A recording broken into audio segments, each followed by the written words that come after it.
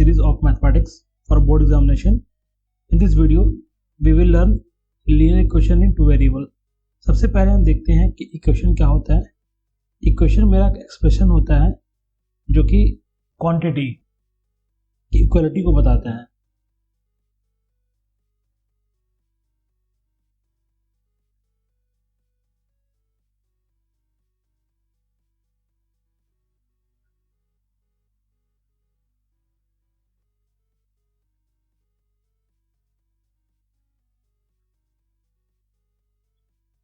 यहाँ quantity unknown है.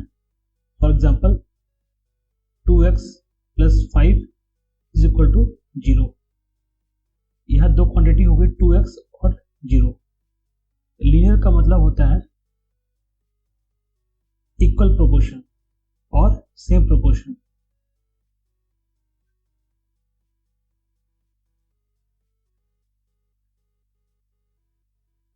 और लीनियर इक्वेशन का मैक्सिमम पावर 1 होता है. इसका मतलब ये है कि अगर एक को इंक्रीज करेंगे तो दूसरा भी ऑटोमेटिकली सेम प्रोपोर्शन में इंक्रीज होगा. For example y equal to 3x plus 4. इसका ग्राफ ड्रॉ कर लेते हैं.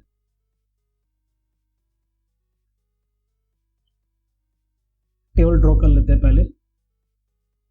x y. जब x की वैल्यू 0 है, y की वैल्यू 4 है. x की वैल्यू 1 है, y की वैल्यू 7 है. x की वैल्यू 2 है, y की वैल्यू 10 है. x की वैल्यू 3 है तो y की वैल्यू 13 है. अब इस पॉइंट्स को हम ग्राफ में प्लॉट करते हैं. Take a straight line.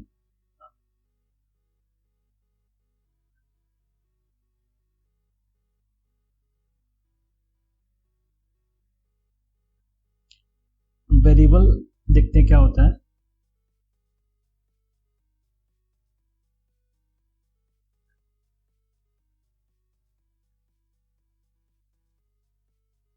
Variable वो क्वांटिटी है जिसकी वैल्यू फिक्स नहीं है और वो समय के साथ बदल रही होती है. For example in previous case y equal to 3x plus 4. यहाँ x और y वेरिएबल है.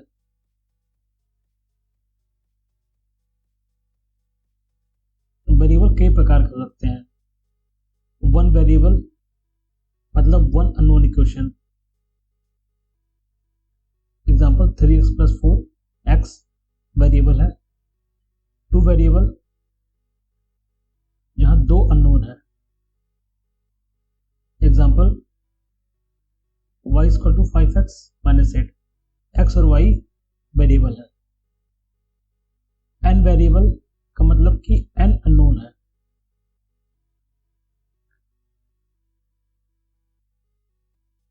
Example a1 x1 plus a2 x2 up to an xn. यहां पास a1 a2 कांस्टेंट है, x1 x2 अननोन वेरिएबल है. सपोज करते हैं कि मेरे पास दो इक्वेशन है और दो इक्वेशन में मेरे पास दो अननोन वेरिएबल है. लाइक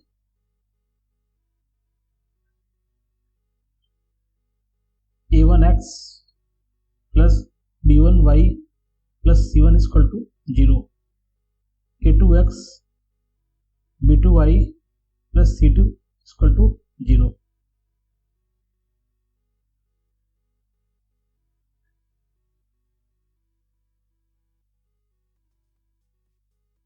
ये या तो मेरे कंसिस्टेंट होंगे या तो इनकंसिस्टेंट होंगे.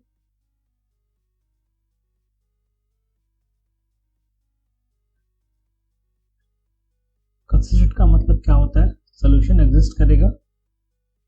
और इनकंसिस्टेंट का मतलब है कि सॉल्यूशन एग्जिस्ट नहीं करेगा.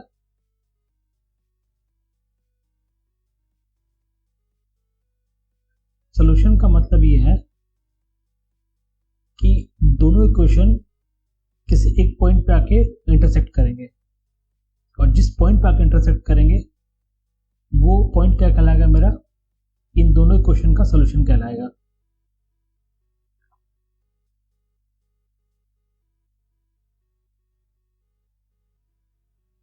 कंसिस्टेंट क्या होता है ये देखते हैं।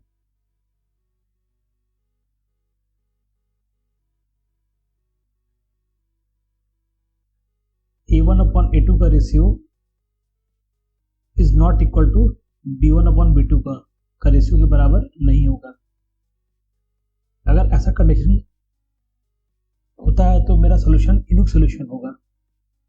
अगर A1 अपॉन A2 का रेशियो B1 अपॉन B2 के रेशियो के बराबर है is equal to C1 upon C2 के रेशियो के बराबर है, तो मेरे पास इनफाइनाइट नंबर ऑफ सोल्यूशन होंगे।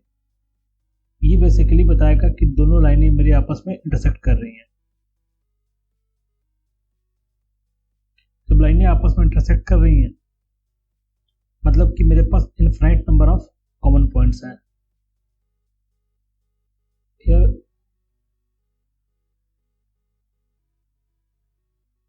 let us draw another line over it। अब हम देख पा रहे हैं कि दोनों लाइनें आपस में इंटरसेक्ट कर रही हैं। So this is infinite number of solution. इसको हम कहते हैं कि ओवरलैप भी कर रहा है।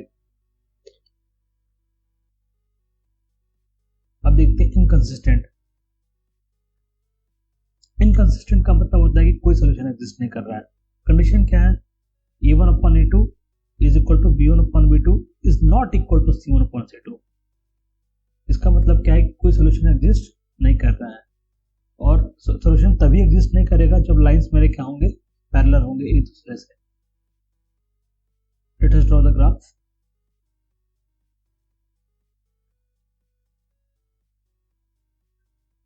एक लाइन ये हो गई मेरी और एक लाइन ये हो गई। यहां से हम देख पा रहे हैं कि दोनों लाइनें आपस में मेरे पैरेलल हैं।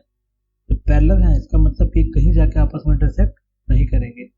जब कहीं इंटरसेक्ट नहीं करेंगे मतलब कि इसका कोई सॉल्यूशन नहीं होगा।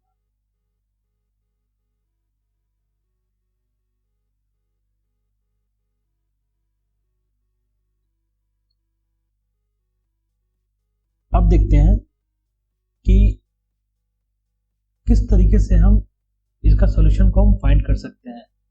Methods to solve this equation.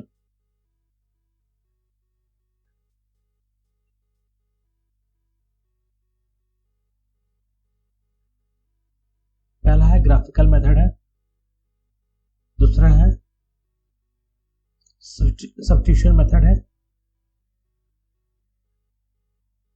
तीसरा है एलिमिनेशन मेथड है,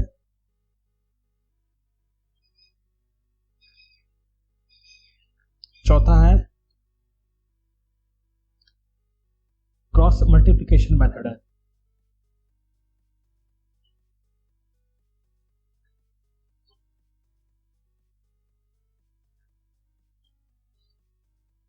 अब सारे मेथड को वन बाय वन देखते हैं। लेट अस कंसिडर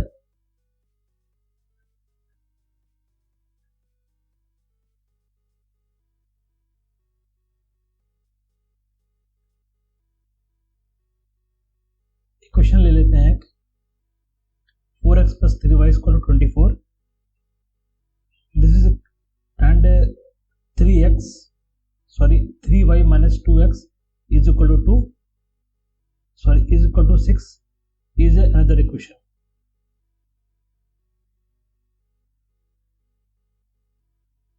सबसे पहले हम देखते हैं how to solve this equation by substitution method. Step 1 में क्या करेंगे, हम चेक करेंगे कि ये सॉल्यूशन मेरा यूनिक है कि मनी सॉल्यूशन है या तो इनकंसिस्टेंट है।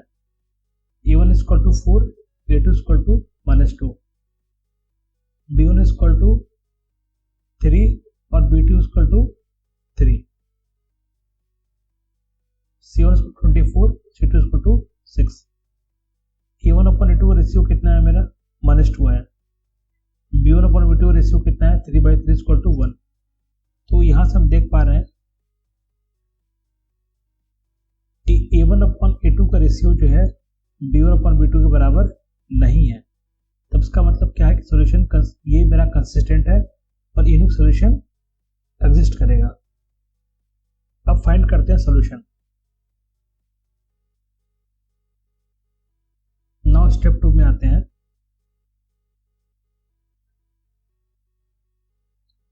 (4x + 3y = 24) ये क्वेश्चन नंबर 1 हो गया।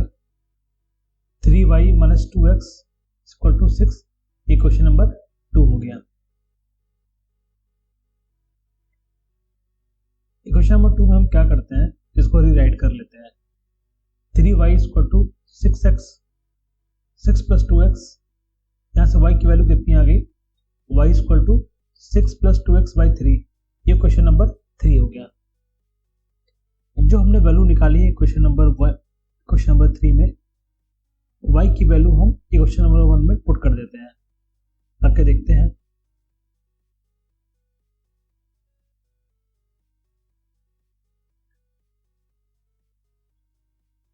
कितना आया 4x + 6 + 2x = 24। 6x = 24 - 6। यहाँ से x की वैल्यू कितनी आ गई 3 आ गई।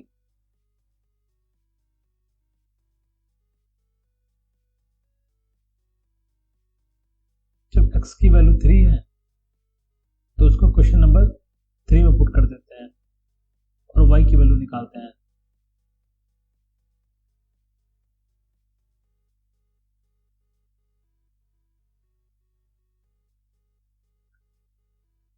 y की वैल्यू कितनी आ गई अपनी 12/3 = 4। y की वैल्यू आ गई 4।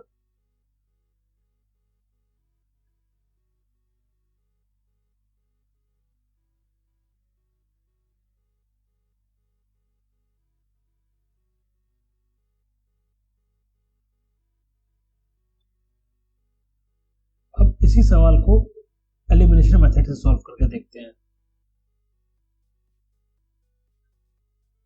4x + 3y = 24, 3y - 2x = 6।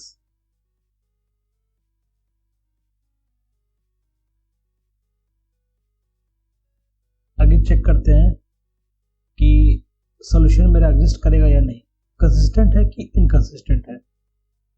Consistent होगा तभी सॉल्यूशन हम एग्जिस्ट करेगा, तभी हम आगे प्रोसीड करेंगे।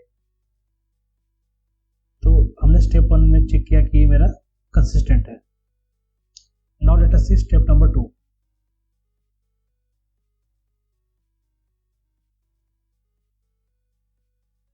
(4x + 3y = 24), यहाँ से 2x - 2x + 3y = 6। इस स्टेप में हमको करना क्या है, बेसिकली x और y इक्वेशन नंबर 1 और 2 में ऐसा कौन सा नंबर मल्टीप्लाई कर दिया जाए कि ऊपर इक्वेशन नंबर 1 और 2 में चीजें मेरी बैलेंस हो जाए। तो यहाँ पास 1 मल्टीप्लाई करते हैं तो हम देखते हैं कि ऊपर नीचे इक्वेशन नंबर 1 2 में 3y आ रहा है। इसको कैंसिल आउट कर लेते हैं। फाइनली x की वैल्यू कितनी आ गई, सॉल्व करने पे 3 आ गई। या तो ये हम कर सकते हैं या तो ये करें, 4x + 3y = 24 - 2x + 3y = 6। इसमें 1 मल्टीप्लाई करते हैं, यहाँ पास -2 मल्टीप्लाई करते हैं। -2 मल्टीप्लाई करने का फायदा ये है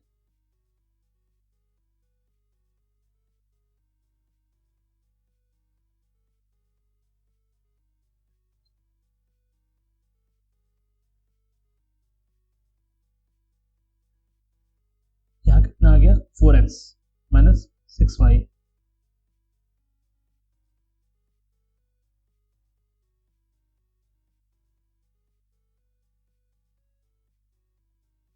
-12 आ गया।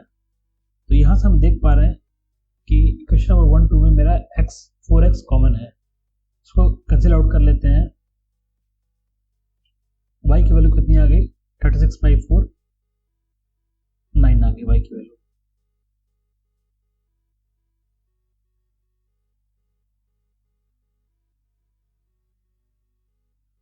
y की वैल्यू 4 आ गई, सॉरी नॉट 9 4 होगी।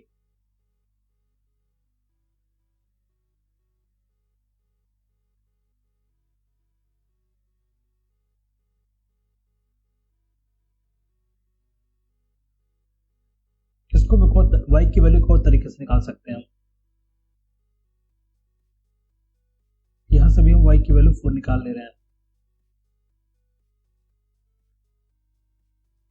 सिमिलरली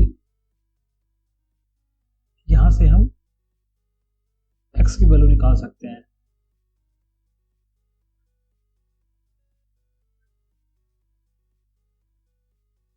x की वैल्यू कितनी आ गई 3 आ गई।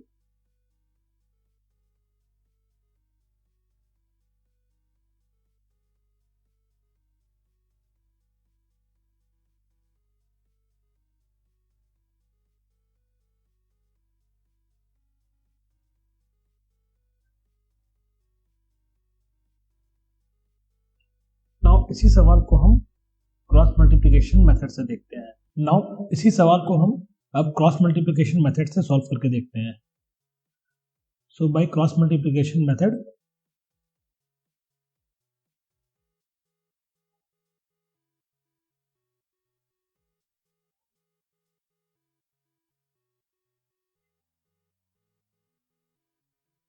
इक्वेशन को रीराइट कर लेते हैं। 4x plus 3y is equal to 24, 3y minus 2x is equal to 6।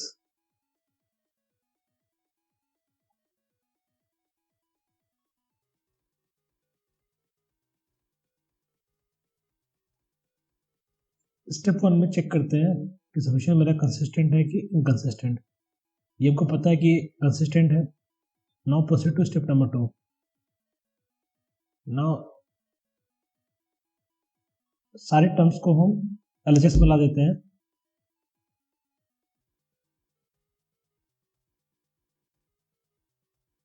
Again write the same equation 2x minus 3y is equal to 6। यहाँ से x upon 3y minus 3 minus 24/6। Similarly y upon 1 upon, हम जब भी 1 upon में लिखते हैं यहाँ पास x वाला टर्म के लिए x की वैल्यू नहीं लिखेंगे, y वाले टर्म के लिए y की वैल्यू नहीं लिखेंगे। ना क्रॉस मल्टीप्लाई करते हैं।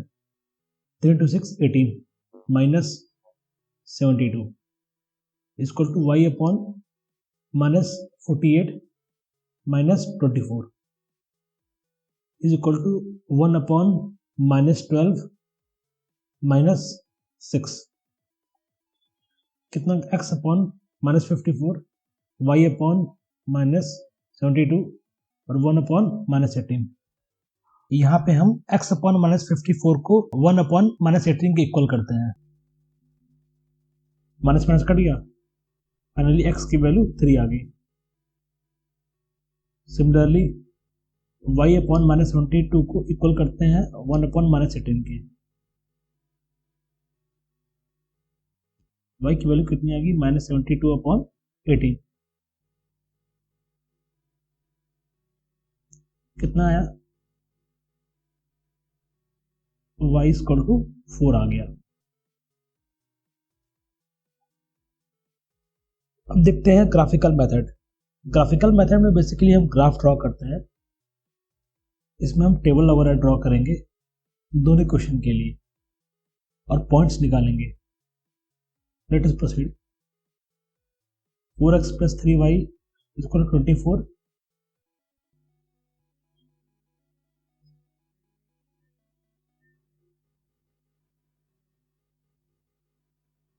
यह हमने x की वैल्यू निकाल ली और टेबल ड्रॉ कर लेते हैं।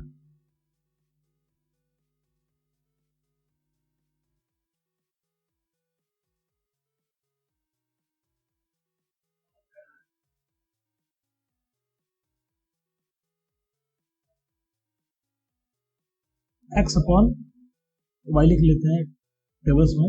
जब y की वैल्यू 0 है तो x की वैल्यू 6 है, और जब x की वैल्यू 6 है तो y की वैल्यू 8 है। सेम प्रोसीजर हम इक्वेशन नंबर 2 के लिए भी लिख लेते हैं। 3y minus 2x equal to 6। यहाँ से y की वैल्यू आ गई 6 upon 6 plus 2x by 3। Table draw करते हैं। जब x की वैल्यू 6 है तो y की वैल्यू 2 आ रही है। जब y की वैल्यू 0 है तो x की वैल्यू कितनी आ रही है? -3 आ रही है। ग्राफ ड्रॉ कर लेते हैं।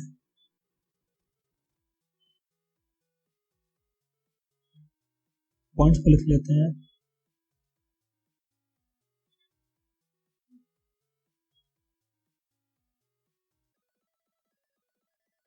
ये पॉइंट आ गया 6 0, ये पॉइंट आ गया 0 8। लाइन ड्रॉ कर लेते हैं। सिमिलरली क्वेश्चन नंबर 2 के पॉइंट्स लिख लेते हैं, लाइन ड्रॉ करते हैं। फाइनली हम देख पा रहे हैं कि दोनों लाइनें आपस में इंटरसेक्ट कर रही हैं। जिस पॉइंट पर इंटरसेक्ट करती है वो क्या कहलाता है? मेरा सोल्यूशन कहलाता है। तो यहाँ से हम देख पा रहे हैं कि x = 3 और y = 4 आ रहा है। That's all.